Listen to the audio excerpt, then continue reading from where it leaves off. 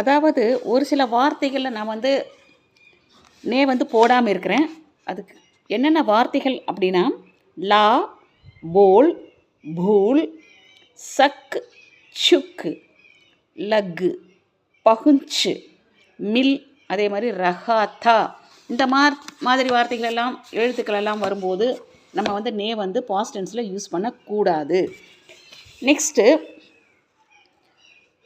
வஹ் ரஹா அவன் இருந்தான். வ லாயா அவன் கொண்டு வந்தான். வஹ் ரஹா அவன் இருந்தான். உஸ்னே ரோக்கா. வ ரோயா அவன் அழுதான். உஸ்னே லிக்கா அவன் எழுதினான்.